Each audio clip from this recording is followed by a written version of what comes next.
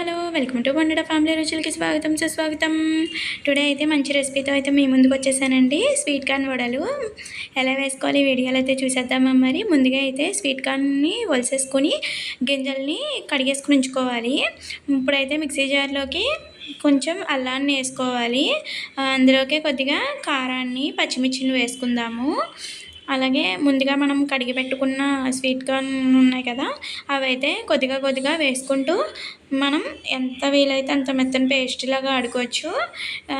రెండోసారి కచ్చపిచ్చిగా ఆడుకుంటే సరిపోతుందండి. ముందుసారి మెత్తగా ఆడేసుకుంటాము, ఎందుకంటే మనకి అల్లం పచ్చిమిర్చి అవి ఉంటాయి కాబట్టి మనం కొద్దిగా ఎక్కువగా గ్రైండ్ చేసుకోవాలి. మొత్తం అంతా ఇలా చేసుకున్న తర్వాత ఇందులోకి జీలకర్ర, కరివేపాకు వేసుకుందాము. అలాగే ముందుగా తరిపెట్టుకున్న చిన్నగా తరిపెట్టుకున్న ఆనియన్స్ ముక్కలు కూడా వేసుకుని బాగా కలుపుకుందాము. ఉల్లిపాయలన్నీ కూడా బాగా కలిపేసిన తర్వాత మనమైతే ఇందులోకి వరిపిండిని తీసుకొని ఒక 2 టేబుల్ స్పూన్ తీసుకుంటే సరిపోతుందండి. ఇదిగోండి 2 టేబుల్ స్పూన్లు తీసుకుంటే సరిపోతుంది. అలాగే అందులోకే కొద్దిగా శనగపిండి అండి, శనగపిండి కూడా 2 టేబుల్ స్పూన్స్ తీసుకుంటే సరిపోతుంది. చూసారా, నేను ఎంతో వేయట్లేదు, 2 టేబుల్ స్పూన్స్కి వేస్తున్నాను. ఇలా కొద్దిగా శనగపిండిని కొద్దిగా వేసుకుని ఎక్కువగా కొద్దిగా వరిపిండిని అయితే తగ్గించుకుని వేసుకుందాము. ఇలా వేసుకున్న తర్వాత బాగా కలిపేసుకుందాము. చూడండి, మనకి పిండి కన్సిస్టెన్సీ అనేది ఇలా ఉండాలండి. ఇలా ఉంటే మనకి వడలు వేసుకోవడానికి బాగుంటుంది. ఇప్పుడు ఇందులోకి రుచికి సరిపడినంత సాల్ట్ని అయితే యాడ్ చేసుకుని బాగా కలుపుకుందాము. చాలా బాగుంటాయండి, ఒకసారి ట్రై చేయండి.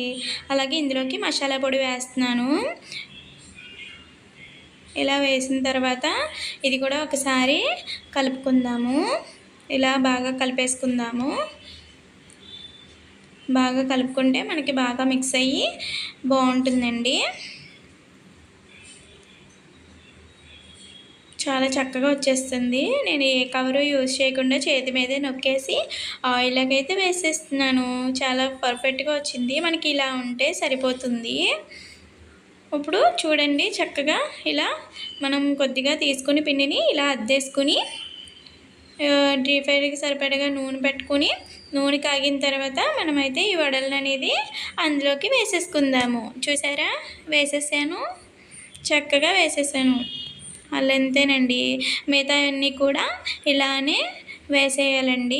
చూసారా, ఇలా చేసేసుకొని వేసేసుకోవడమేనే అండి. ఫస్ట్ అలాగుంటాయి, బబుల్స్ పోయిన తర్వాత మనకి ఏగుతాయి. ఇదిగోండి చూడండి ఇప్పుడు ఎలా ఉన్నాయి, ఇందాడ ఎలాగున్నాయో. అంటే ఫస్ట్ అయితే మనకి బబుల్స్ అలా వస్తూ ఉంటాయి, తర్వాత అయితే మనకి చూసారా కలర్ అయితే మనకి మారింది. ఈ విధంగా అయితే వస్తాయండి.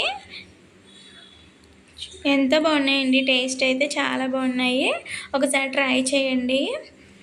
ఎప్పుడైనా తెచ్చేసి మర్చిపోయి పక్కన పెట్టేశారనుకో, అవి అయితే మనకి ఎలా అయిపోతాయి అంటే ఎండిపోతున్నట్టు అయిపోతాయి కదండి. అప్పుడైతే మనం ఈ విధంగా చేసుకుంటే మంచి స్నాక్ రెసిపీ అనేది రెడీ అయిపోతుంది. మామూలుగా అయినా కూడా చేసుకోవచ్చండి. ఇలాగా చాలా బాగున్నది. ఈవినింగ్ టైం చాలా రుచికరంగా తినచ్చు. మీ ఇంట్లో ఎప్పుడైనా మొక్కజొన్న పొత్తులు ఉంటే కనుక ఒకసారి ట్రై చేయండి. అలాగే ఈ వీడియో మీకు నచ్చినట్లయితే ఒక లైక్ చేసి షేర్ చేసి నా ఛానల్ అయితే సబ్స్క్రైబ్ చేయండి ఫ్రెండ్స్.